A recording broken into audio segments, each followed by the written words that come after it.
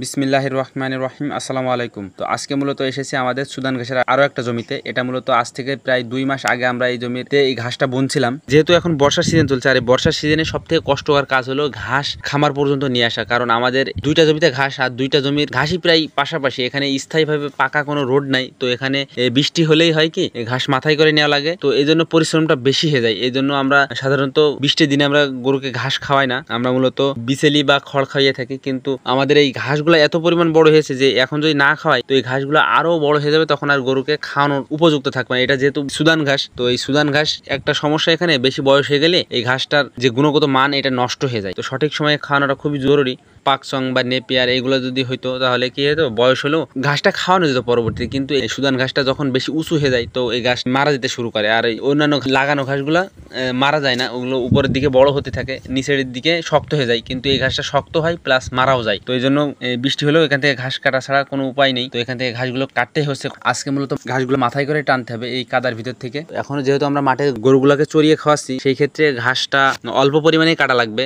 3 থেকে 4 বোঝা ঘাস কাটলে হয়ে যাবে। আজকে ক্যামেরাম্যান না থাকাতে আমি আজকে নিজেই ভিডিও করছি। এখানে আমি এবং আমার আব্বা দুজনে ঘাস কাটছিলাম। একটা কথা বিশ্বাস করবেন কিনা জানি না, এই জমিতে যে ঘাসটা দেখতে পাচ্ছেন যে উঁচু হয়েছে, এই ঘাসটাতে আমরা শুধুমাত্র এখানে ঘাসটা বুনেই গেছে, এখানে সেচ বা সার কিছুই দিই নাই। এটা আপনারা বিশ্বাস করবেন কিনা জানি না। তো এখানে এই সেচ বা সার না দেওয়ার কারণ, আমাদের গরুগুলা যেহেতু মাঠে চড়িয়ে খাওয়ানো হবে, তো সেচ সার দিই তো ঘাসগুলো দ্রুত বড় হয়ে যাবে। তো যেন দ্রুত বড় না হয় এই জন্য মূলত সেচ বা সার দিই নাই। তারপরও এই ঘাসটা এত বড় হওয়ার কারণ, 1 সপ্তাহ পর পর বৃষ্টি হয়েছে, বৃষ্টি ছাড়াই গেছে, ভুইতে জো এসেছে, আবার বৃষ্টি হয়েছে, থেমে থেমে বৃষ্টি হতে এই ঘাসটাতে সঠিক সময় সেচ পেয়েছে। আপনারা হয়তো অনেকে জানেন যে বৃষ্টির পানিতে নাইট্রোজেনের পরিমাণটা অনেক বেশি পরিমাণের, এখানে সেচ বা সার দেওয়াই লাগেনি। আমরা ভাবছিলাম মাঝখানে দিব, কিন্তু ঘাসের গ্রোথ দেখে আর পরবর্তীতে আমরা সেচ বা সার দিই নাই। ঘাসগুলো রেখে এসে মূলত আসে আমাদের কাঁঠাল বাগানে। তো এখানে এসে দেখতে পাই অনেকগুলো কাঁঠাল পেকেছে। যদিও আমার আব্বা আগেই বলছিল যে কিছু কাঁঠাল পেকেছে। তো সেই কাঁঠালগুলো পাড়ার জন্য বাড়ি থেকে দড়ি, এবং আমাদের এখানে স্থানীয় ভাষায় সিকে বলে এটা, তো এই সিকের মাধ্যমে এবং দড়ির মাধ্যমে আমরা গাছ থেকে কাঁঠাল পাড়ব। প্রথমে আমার চাচাতো ভাইকে আমি গাছে উঠাই, গাছে উঠতে পারে, কিন্তু ও এই সিকের ভিতরে কাঁঠাল পড়াতে পারছিল না। তো এই জন্য মূলত ওকে নামিয়ে নিই।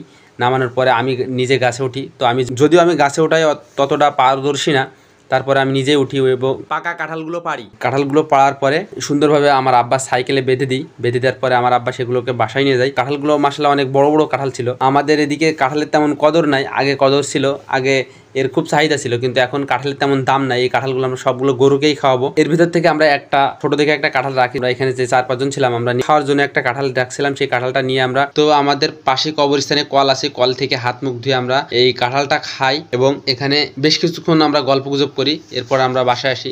তো আজকের ভিডিওটা এই পর্যন্তই। আসসালামু আলাইকুম।